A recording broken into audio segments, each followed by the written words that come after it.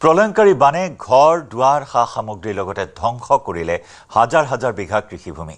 কৃষকক সকাহ দিয়াৰ উদ্দেশ্যে ভাৰতীয় কিষাণ সংঘ যোৰহাট জিলা সমিতিৰ উদ্যোগত শিৱসাগৰ জিলাৰ বানপীড়িত অঞ্চলত ধানৰ কঠীয়া বিতৰণ কৰা হয়। বিধায়ক ৰূপজ্যোতি কুৰ্মীৰ উপস্থিতিত এই কঠীয়া বিতৰণ কাৰ্যসূচীৰ শুভাৰম্ভণি কৰা হয়। জয় জোৱান জয় কিষাণ ভাৰত কিষাণ সংঘ জিন্দাবাদ ভাৰত কিষাণ সংঘ জিন্দাবাদ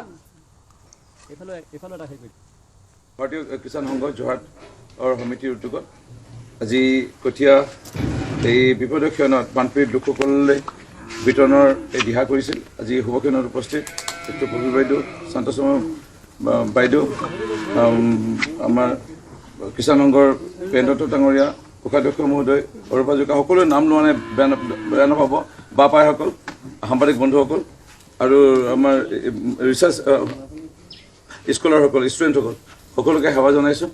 এইটো এটা খুব আদৰণীয় মহান পদক্ষেপ ভাৰতীয় কিষাণ সংঘ যোৰহাট।